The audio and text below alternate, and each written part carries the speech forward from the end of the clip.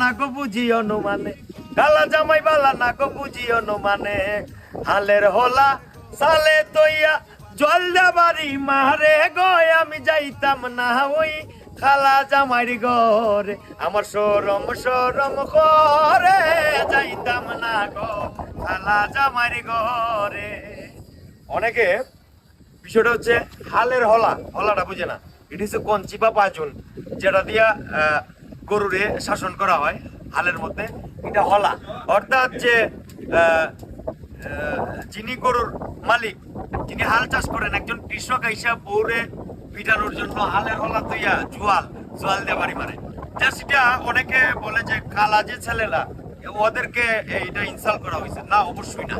এটা আমাদের দেশের সংস্কৃতি, একটা মজার একটা গান, এটা আমরা এনজয় করি। আর হইছে যে মজা না, আমরাও অনেকে বলি যে খালা জামাইর ঘর করতাম না, এটা না মেয়েরা কিন্তু কইরে জাস্ট মানে নরমাল একটা বিষয়। আর এই যে বাইয়াটা কইলো না যে ওই কিটা জানি জলদা বাড়ি মারে, মানে কিটা একটা কইলো না, এটা আসলে আমি নিজে বুঝতাম না, কারণ বাইয়ের মুখে শুনে কিন্তু আমি পুরোটা বিষয় এখন বুঝতে বিষয়টা পারছি। হচ্ছে কি, ম্যাক্সিমাম ছেলেরা কিন্তু কালোই হয়।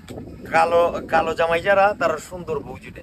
আসলে কালো চেহারা দিয়া কিন্তু মানুষকে মাপা যায় না। তার সত্যিকারের একটা ভালো মন থাকলে তার সংসার করা যায়।